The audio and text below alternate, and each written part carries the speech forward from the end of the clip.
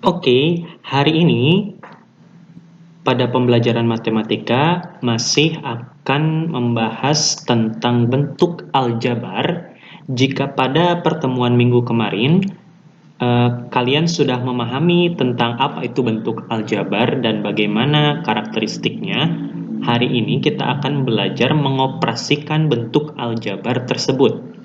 Dan kita mulai tentang penjumlahan dan pengurangan bentuk aljabar terlebih dahulu. Namun, sebelum kita belajar menjumlahkan ataupun mengurangkan bentuk aljabar, ada satu hal yang perlu kalian pahami terlebih dahulu, yaitu adalah suku pada bentuk aljabar. Pada bentuk aljabar manapun, ada yang disebut dengan suku. Apa itu suku? Suku itu adalah bagian dari bentuk aljabar tersebut dengan ciri khas masing-masing. Entah itu pada variabelnya ataupun dari konstantanya. Contohnya adalah bentuk aljabar dari 3x tambah y. Dari bentuk aljabar ini terdapat suku. Ada berapa suku pada bentuk aljabar ini? Ada 2. Suku pertama adalah 3x dan suku kedua adalah y. Jadi, suku di sini diciri khaskan dengan variabelnya yang berbeda. Lalu, contoh kedua misalnya, ada bentuk aljabar 2x dikurangi y ditambah 4z sama dengan 21. Kira-kira ada berapa suku pada bentuk aljabar ini? Iya, betul, jawabannya adalah 4. Apa saja sukunya? Pertama, suku pertama adalah 2x, karena dia memiliki variabel x. Lalu, ada yang variabelnya berbeda lagi, yaitu y. Maka dia adalah suku kedua. Lalu suku ketiga sudah pasti adalah 4z, karena variabelnya berbeda juga, z. Suku keempat yang mana? Sudah pasti yang 21. Walaupun tidak ada variabelnya, dia merupakan konstanta, artinya dia memiliki ciri khas tersendiri. Jadi dalam bentuk aljabar ini, dia punya 4 suku. Mudah-mudahan kalian mengerti tentang suku ini. Nah, jika kalian sudah paham tentang suku pada bentuk aljabar, baru kita masuk tentang penjumlahan dan pengurangan bentuk aljabarnya. Yang perlu kalian ingat adalah untuk operasi penjumlahan dan atau pengurangan, sekali lagi, khusus untuk operasi penjumlahan ataupun pengurangan, bentuk aljabar hanya bisa dilakukan untuk suku-suku yang sejenis. Sekali lagi, hanya bisa digunakan atau dilakukan untuk suku-suku yang sejenis saja. Contohnya, misalnya Bapak bagi 2 di sini, ada bentuk aljabar yang bisa dioperasikan, artinya bisa dijumlahkan atau dikurangkan, tapi ada juga yang tidak bisa dioperasikan, tergantung dari suku-sukunya. Contoh pertama, misalnya ada bentuk aljabar x ditambah 2x. Kira-kira apakah ini bisa dioperasikan atau tidak bisa? Maka lihat bentuk aljabarnya.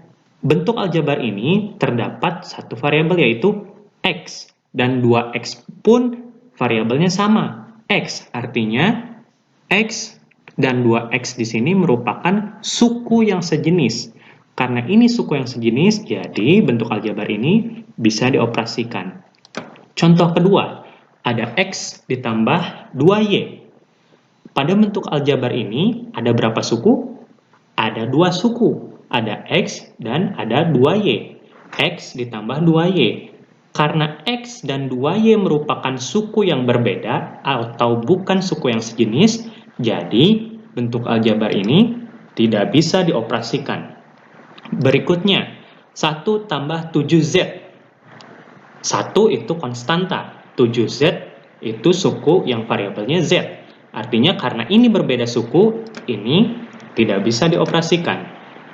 Lalu 1 dikurang 6. 1 itu konstanta, 6 itu konstanta. Karena sama-sama konstanta atau suku yang sejenis, jadi bisa dioperasikan. Berikutnya, 5Y dikurang 3. Apakah bisa dioperasikan? Karena 5Y adalah suku dengan variabel Y, sedangkan 3 adalah konstanta, artinya mereka bukan suku yang sejenis. Jadi, tidak bisa dioperasikan. Berikutnya, 4Y dikurang 3Y. 4Y dikurang 3Y, dua-duanya merupakan suku yang sejenis. Jadi, bisa dioperasikan. Bagaimana dengan 3Z dikurang X? Sudah pasti, ini Z ada X, berarti tidak bisa dioperasikan. Lalu terakhir, 7Z ditambah Z. Sama-sama Z, artinya sukunya sejenis. Jadi, bisa dioperasikan. Oke? Nah, kalau tadi hanya membagi saja antara bisa dan tidak bisa dioperasikan, baru sekarang kita mulai mengoperasikannya. Bagaimana kita mulai misalnya tentang penjumlahan terlebih dahulu. Contohnya Bapak punya penjumlahan X ditambah 2X. Berapakah X tambah 2X? Cara menjumlahkannya mudah saja. X itu artinya X-nya ada 1. Kalau 2X ya X-nya ada 2. Berarti 1X ditambah 2X hasilnya sama dengan 3X. Ingat, sama yang bisa dijumlahkan hanya suku yang sejenis saja. Lalu, yang berikutnya ada negatif 3Y ditambah 5Y. Dua-duanya sudah sejenis, artinya bisa dioperasikan. Lalu tinggal lihat saja angkanya. Negatif 3 ditambah 5Y. Artinya, Y-nya yang pertama negatif 3, yang keduanya 5. Negatif 3 tambah 5. Itu sama dengan 2Y. Terakhir, 7Z tambah Z tambah 5Z. Berapakah hasilnya? Kita tinggal tambahkan saja. 7Z tambah 1Z, 8Z. 8Z tambah 5Z, 13Z. Lalu bagaimana dengan yang pengurangan? Sama saja, hanya saja operasinya dikurangkan. Pertama, 2X dikurang X. Maka berapa hasilnya? 2X dikurangi 1X. Ya, 1X. Hasilnya adalah X. Lalu, bagaimana dengan 3Y dikurang 5Y? 3Y dikurang 5Y sudah sejenis, bisa dioperasikan. Maka hasilnya adalah negatif 2Y. Lalu, bagaimana dengan 8Z dikurang 2Z dikurang Z? Sama saja dengan 8 dikurang 2Z, itu adalah 6Z. 6Z dikurangi 1Z, hasilnya adalah 5Z. Nah, jika tadi hanya penjumlahan dan pengurangan dalam bentuk yang sederhana, Bapak sekarang akan berikan bentuk yang lebih kompleks atau digabungkan atau campuran. Contohnya pertama misalkan, bentuk aljabarnya seperti ini. 4X ditambah Y tambah 2Y dikurang 5. Hasilnya berapa? Maka, yang harus pertama kita lakukan adalah menggolongkan atau menentukan suku-sukunya terlebih dahulu. Karena dalam bentuk aljabar ini, suku-sukunya berbeda. Tapi bukan berarti tidak bisa dioperasikan. Tapi masih bisa karena terdapat suku yang sejenis dalam bentuk aljabar tersebut. Kira-kira yang sejenis yang mana? Kita lihat di sini, Bapak warna sesuai sukunya masing-masing. Warna merah untuk suku X. Ada 4X di sana. Warna biru untuk suku yang variabelnya Y. Ada Y, ada 2Y. Lalu yang hitam itu untuk konstanta, ada negatif 5. Kita lihat di sana, Y dan 2Y merupakan suku yang sejenis. Artinya, suku-suku tersebut bisa dijumlahkan. 4X tambah Y tambah 2Y dikurang 5. Y tambah 2Y sama dengan 3Y. Maka jawaban dari bentuk aljabar ini kita jumlahkan hasilnya adalah 4X tambah 3Y dikurang 5. Itulah hasilnya. Berikutnya, bagaimana jika bentuk aljabarnya adalah 3X dikurang Y tambah 3 tambah 2Z dikurang X tambah 3Z dikurang 7. Ini cukup panjang, tapi Tapi tidak usah bingung. Lakukan hal yang sama dengan contoh pertama. Pertama, kita tentukan dulu suku-suku yang sejenisnya. Sudah Bapak bedakan warna-warnanya di sini. Itu sukunya ada suku dengan variabel X, ada dengan variabel Y, ada yang dengan variabel Z, dan ada konstanta juga. Nah, jika sudah tahu suku-sukunya masing-masing, lalu kita golongkan suku-suku yang sejenis dalam satu tempat. Sehingga jadi seperti ini.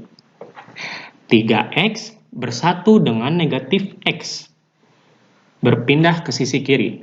Lalu negatif Y, karena sukunya hanya ada satu dengan variabel Y, maka sudah biarkan saja. Lalu plus 2Z kita satukan dengan plus 3Z, karena mereka suku yang sejenis. Lalu negatif 7 kita satukan dengan plus 3, karena mereka sama-sama konstanta. Jika sudah digolongkan masing-masing dengan sukunya, baru kita bisa sederhanakan, kita jumlahkan suku-suku yang sejenis. Pertama, 3X dikurang X, itu hasilnya adalah 2X. Lalu, negatif Y-nya biarkan, karena dia hanya berdiri sendiri. Lalu, 2Z ditambah 3Z hasilnya 5Z. Lalu, negatif 7 tambah 3 hasilnya negatif 4. Maka bentuk sederhana dari bentuk aljabar ini adalah 2X dikurang Y tambah 5Z dikurang 4. Jadi itulah materinya, semoga kalian paham. Oke?